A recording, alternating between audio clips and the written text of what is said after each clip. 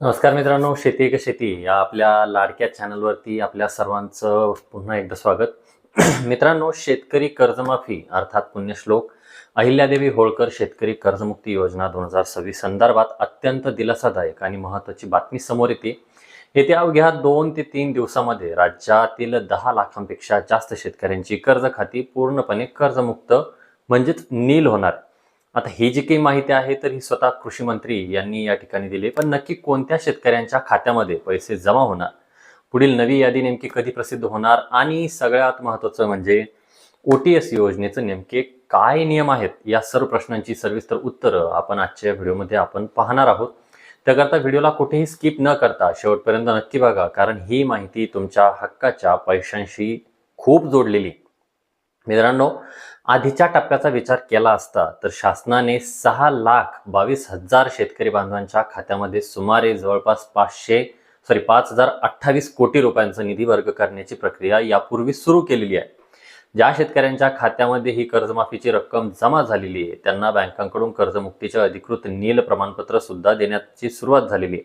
तरी अनेक शेतकरी बांधव अजूनही प्रतीक्षेत आहेत, ज्यांची KYC पूर्ण झालेली आहे. मित्रांनो, तुमच्यासाठी सगळ्यात मोठी खुशखबर अशी आहे की ज्या शेतकऱ्यांची KYC यशस्वीरित्या पूर्ण झालेली आहे अशा सुमारे 6,50,000 शेतकऱ्यांच्या खात्यात येत्या सोमवारपासून म्हणजे आजपासून थेट रक्कम जमा होण्यास सुरुवात केली जाऊ शकते आणि जाणार आहे.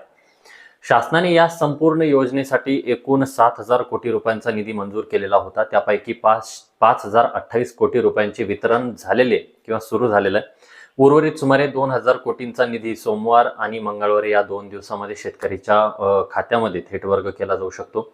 याशिवाय पुढील आठवड्यात आणखी नवीन निधीची तरतूद होण्याची दाट शक्यता या ठिकाणी निर्माण होते. आता सर्वात मोठा प्रश्न, पुढील नवीन यादी नेमकी कधी येणार आहे? तर मित्रांनो, सुमारे 12 लाखांपेक्षा जास्त शेतकऱ्यांच्या खात्यामध्ये काही तांत्रिक त्रुटी त्या ठिकाणी आढळून आल्या होत्या आणि माहितीच्या दुरुस्ती होत्या. त्यामुळे या याद्या पुन्हा बँकांकडे पडताळणीसाठी पाठवण्यात आलेल्या होत्या. सध्या बँकांकडून या माहितीची दुरुस्ती करून डेटा पोर्टलवरती पुन्हा अपलोड करण्याचं काम जे काही आहे तर ते युद्ध पातळीवरती सुरू असताना आपल्या सगळ्यांना दिसून येतं. जोपर्यंत बँकांकडून हा संपूर्ण डेटा अचूक करून शासनाला सादर केला जात नाही तोपर्यंत नवीन पात्र शेतकरी बांधवांची सर्वसाधारण यादी पोर्टलवरती दिसणार नाहीये. त्यामुळे सोमवार किंवा मंगळवारी लगेच नवीन यादी जाहीर होण्याबाबत अजूनही निश्चित संकेत मिळालेले नाहीत. मात्र डेटा पूर्ण होताच याद्या टप्प्याटप्प्याने या ठिकाणी प्रसिद्ध केल्या जाणार आहे. दुसरीकडे OTS बद्दल जर बोलायचं झालं, ज्याला आपण एक रकमी परतावा योजना बोलतो, तर योजनेतील सुमारे 3,69,000 शेतकऱ्यांची प्रक्रिया सुरू झालेली आहे. त्यांची स्वतंत्र यादी सुद्धा लवकर प्रसिद्ध या ठिकाणी केली जाण्याची दाट शक्यता आहे.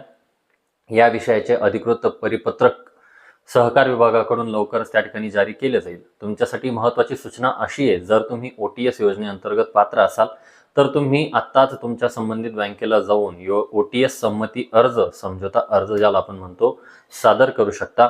काही शेतकऱ्यांनी आपली उर्वरित हिस्सा भरण्यास सुरुवात देखील केलेली आहे. याचा फायदा असा होईल की यादी प्रसिद्ध होताच तुमचे पैसे भरले असल्यास तुमची KYC प्रक्रिया विनाविलंब तात्काळ पूर्ण केली जाईल आणि तुम्हाला वेळेवर त्या ठिकाणी लाभ मिळणार आहे. थोडक्यात सांगायचं तर नवीन सर्वसाधारण याद्या येण्यास थोडासा वेळ त्या ठिकाणी लागू शकतो. मात्र ज्यांची KYC पूर्ण आहे अशा 6.5 लाख शेतकऱ्यांना येत्या 1-2 दिवसामध्ये थेट कर्जमुक्तीचा लाभ या ठिकाणी मिळू शकतो. त्यांची खाती नील होण्यास सुरुवात होणार आहे. जसे शासन किंवा सहकार विभागाकडून नवीन यादी संदर्भात अधिकृत अपडेट येईल तसे सर्वात आधी आम्ही तुमच्यापर्यंत माहिती या ठिकाणी घेऊन येऊया. माहिती उपयुक्त वाटली असेल तर व्हिडिओला एक लाईक नक्की करा, गरजू शेतकरी बांधवांपर्यंत शेअर करा आणि अशाच विश्वासार्ह शेतीविषयक माहितीसाठी आपल्या शेती एक शेती परिवाराशी जोडले राहण्यासाठी चॅनलला सबस्क्राईब करायला विसरू नका. भेटूया अशाच एका नवीन माहितीपूर्ण व्हिडिओ सहित. तोपर्यंत जय जवान, जय किसान, जय शिवराय मित्रांनो. धन्यवाद.